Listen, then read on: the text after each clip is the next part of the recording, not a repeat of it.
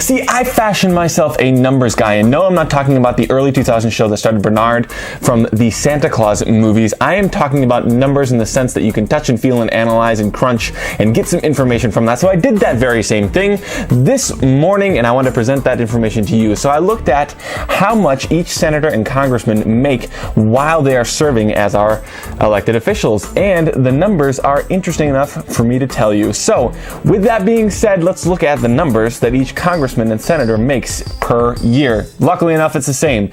They make $174,000 a year. So if you take that and do the math, that's $174,000 times 100 senators, which is $17,400,000, and $174,000 times 435 congressmen. That gives you $75,690,000 for a grand total of $93,090,000 a year on our elected officials alone.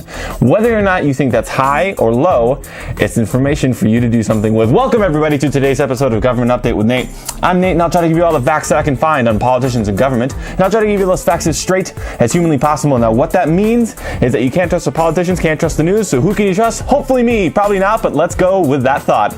Big shout out to the Duke of Thanksgiving. He commented on my last video. Thank you very much for watching, and he asked me to look into the races currently going on in Connecticut. So I'm looking at both the Senate and congressional races that are going on in the great state of Connecticut. This first video will be on the Senate race, which is between Democrat Incumbent Richard Blumenthal and his Republican challenger Dan Carter. Democratic Incumbent Richard Blumenthal has been a career politician, and I don't mean that in any sort of negative way. He was just the Attorney General for Connecticut. He was also a congressman for Connecticut, and now he's the senator for Connecticut. So he's been in politics for a decent amount of time. Here are the 3 votes on his voting record that I thought were interesting to share with you. The first vote of Richard Blumenthal's voting record is H.R. 2642, which is the Farm Bill. What this did was gave $1 trillion that expanded crop insurance and other subsidies for farmers of the United States. It's pretty simple. He voted in favor of this bill, and it did pass. And something that's kind of a keynote and something to keep in mind on this bill is that it actually took money from the federal food stamp program. It was $1.7 million. So that's really just a drop in the bucket in $1 trillion for the overall funding of this bill. So $1.7 million was taken away from the federal food stamp program, and that impacted people in 15 different states.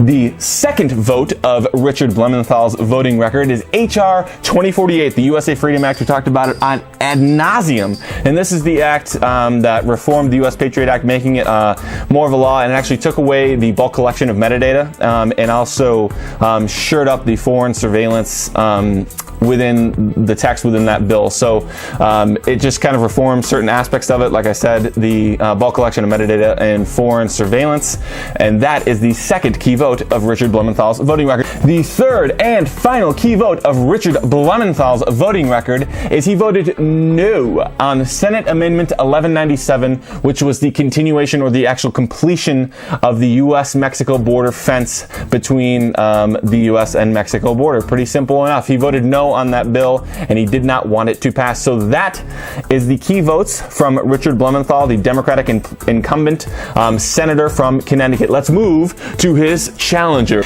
This is Dan Carter, the Republican. He is actually a state congressman, and he has some pretty good voting record for me to present to you. Normally, I just have to give their candidacy platform for the challengers of any sort of election, but he actually has some good voting records that I can present to you to make an actionable decision off of. The first voting record of Dan Carter is the legalization of industrial hemp. Hey now. The second bill of Dan Carter's voting record is Connecticut House Bill 6244, which actually is pretty interesting, so let me get to the facts of it. It allowed parents and guardians of crime victims, so parents and guardians of kids that were victims of crime, to collect unemployment from Connecticut government while they cared for their child. So if any kid was a victim of crime or violence, the parents or guardians of that kid could collect unemployment while they took care of that child. Pretty interesting. Let's move on to the third voting record of Dan Carter.